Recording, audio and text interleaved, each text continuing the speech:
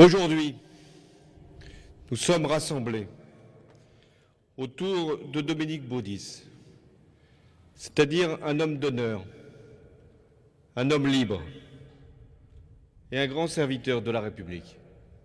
S'il est un mot qui donne le sens de ce que fut la vie de Dominique Baudis, ce mot, c'est la liberté. La liberté d'expression d'abord. Il l'exerça comme journaliste, très jeune. C'était sa vocation, la première. Prendre des risques pour informer, être là où l'histoire se fait. Son père, Pierre Baudis, était devenu maire de Toulouse en 1971. Dominique ne voulait pas être un successeur, encore moins un héritier. Il aimait Toulouse. Il voulait servir sa ville, lui offrir son talent de communication, mais aussi sa vision de bâtisseur.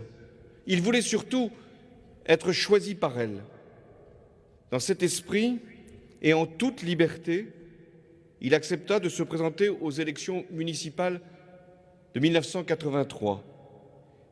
Il y fut élu dès le premier tour. Ce fut le début d'une longue passion, d'une longue relation, d'une longue aventure entre Dominique Baudis et les Toulousains. Il fut plusieurs fois sollicité pour entrer au gouvernement. Ici, des premiers ministres s'en souviennent. Mais son tempérament d'homme libre lui fit préférer Toulouse. C'est plus humain. Et c'est toujours en homme libre qu'il décida un jour de mettre un terme à sa vie politique. En 2001, il est nommé par Jacques Chirac président du Conseil supérieur de l'audiovisuel. Cette nomination fut commentée, contestée. Et pourtant, il se montra d'une impartialité et d'une grande indépendance. La liberté, encore la liberté.